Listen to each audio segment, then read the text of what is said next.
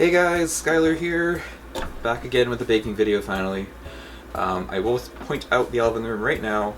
There is some extra lighting to this side because I live in a building that has like two alleyways, one on the bedroom side and then one on the kitchen side. So you're gonna see some extra alleyway lighting popping in. So this might change throughout the video potentially. I can't do anything about it because I have a blackout curtain and the lighting is still affected somehow. Anyways, I wanted to try to make a video that I made before and failed horribly, so I didn't post it, which is a chocolate crackle cookie or crinkle cookie, whatever you really want to call it. But basically, it's a brownie rolled in powdered sugar, essentially. So I already got everything done. I even mixed up my dry ingredients because I wasn't thinking. So when we get to this, I'll say what's actually in here. But basically, we're going to start out with a bunch of sugar and some oil. So it's a really easy recipe. I will say, if you can, I would use an electric mixer or like a hand mixer, because this will get tough once you put the dry ingredients in. But basically with this, you're really just mixing until it's pretty well combined and fluffy.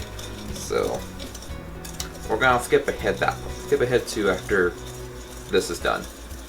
So once this is all mixed up and pretty fluffy, we're gonna add 2 room temperature eggs and then a teaspoon of vanilla, although I have a little extra in mine because I really love vanilla. And it's going all in at once. Alright. And then again, just mixing until it's well combined, and you do want to make sure it's really smooth. So, back. Alright, so this is pretty mixed up. Depending on how well you mixed it, it may lighten a bit. You might be able to see it, but mine's lightened up a bit to like a pale yellow, because I really actually beat it pretty well. Not just to get it smooth, but I want to make sure everything was pretty incorporated, but also to add a little bit of air, because with these cookies, you want to make sure they stay nice and soft, so sometimes that extra bit of air helps. So this is where it gets a little difficult, is the dry ingredients. So already mixed up in here is flour, cocoa powder, cinnamon, baking powder, and salt. There isn't a lot of dry ingredients. There's only about 1.5 cups worth of dry ingredients, but it's gonna be an arm workout. So I'm gonna do a little at a time, maybe like a third or something, I don't know. But it's gonna be a journey, and I don't know how else to say that, so we're just gonna skip ahead to it being done.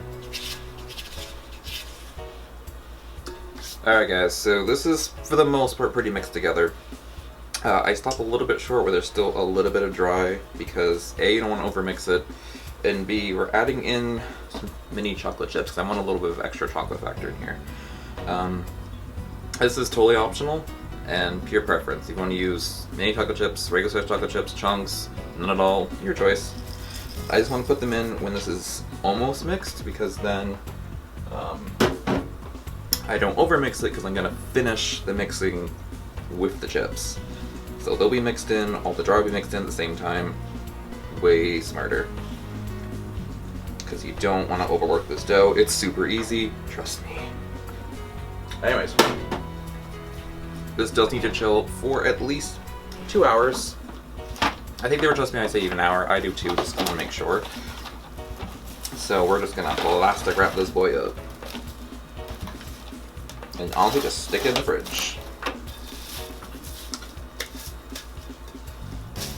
But lucky for you, I already have one ready, because I was somewhat prepared. So in mixing this up, the one thing about cookie dough is that when it sits, especially in the fridge, it will darken a little bit. So now it's a nice actual brownie looking Italian brownie looking thing. So I'm gonna put this away and grab my cookie tray and my powdered sugar, and I'll be right back. Alright, I have the other batch put in the fridge, which was a full batch. This is a half batch if you're wondering why there's almost nothing in here.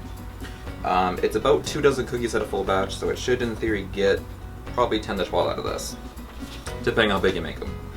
But all you're really doing, scoop, roll, roll, place. You do want to give them a good amount of room because they do actually spread a good bit, which is why I love this dough.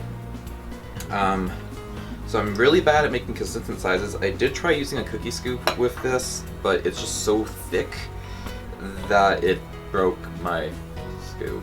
So it's part of why I post this the first time, because first video I broke my scoop. I put too much cocoa powder so they dried out. I overbaked some of them. I forgot to roll a couple of them somehow. Full on, I put them on the tray, baked them with rolled ones. They were still delicious, they just weren't as delicious. And at one point my camera also fell down during the filming, so here we are. But, I mean, this is a pretty thick dough. I don't know how much of this I'm really gonna do, so I'd say maybe a 2-inch ball. I don't think this is gonna be a 2-inch ball, so I like bigger cookies, so I'm probably gonna get more like 8 out of this. So I think this is too much, to be honest. I don't care. Alright, so I'm literally just gonna squish. This gets such a mess, so let me like break this up a little bit, and we'll get to that point.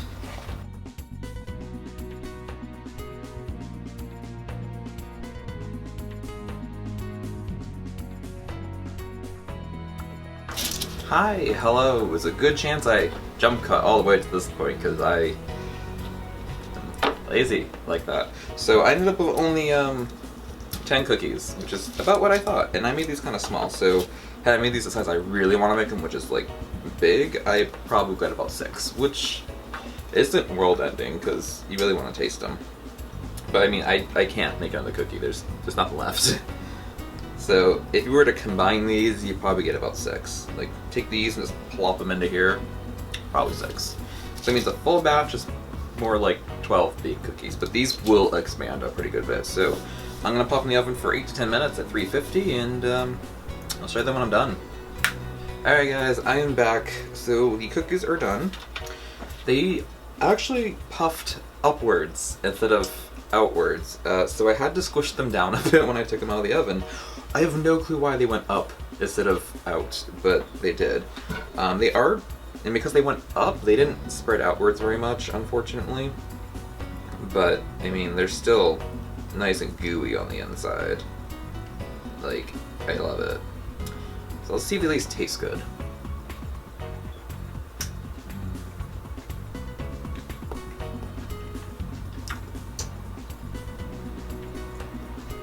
They definitely taste right. But because they went up, like puffed up instead of out, my mini chocolate chip didn't melt enough. So it's a little upsetting.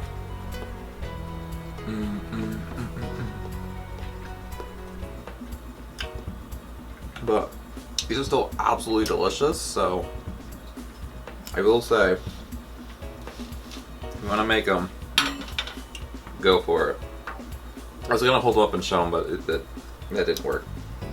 But yeah, so put that there. Looks a little nicer. Anyways, I will say give this recipe a try, and definitely follow it to a T, because I have definitely messed up in several areas and they will be disgusting. And I will say, don't make little cookies, make them big.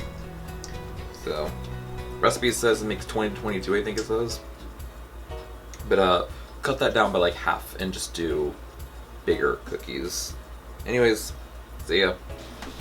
Alright guys, I am back. So I did a sign off for this already, but I discovered a few things. So I took out the other batch of cookies I actually made during this video after about an hour, and I baked them off a few experiments to figure out why my other ones puffed up instead of spread. The first thing I figured out is I think my dough is slightly underhydrated, which is unfortunately a fault of the fact that US doesn't use metrics for baking. which I do use sometimes. I do actually have a kitchen scale. It's just a lot of recipes in the US are in cups, in spoons, and in some cases ounces, usually more of like chocolate. So a little harder. However, there's another part to it. I think I rolled them too tightly, and where they're so compact, they don't really spread out. So here are some. So here's one that is just rolled really tightly, but it actually spread out more. So I think part of that is because it wasn't as cold, and I didn't also roll it as tightly. And here is one that I just flattened before I put in the oven, which it looks better, but it's not perfect. So when you're making these, don't roll them too tightly. And you might just want to slightly flatten them. And I mean slightly. I took out my other batch, hold on a second.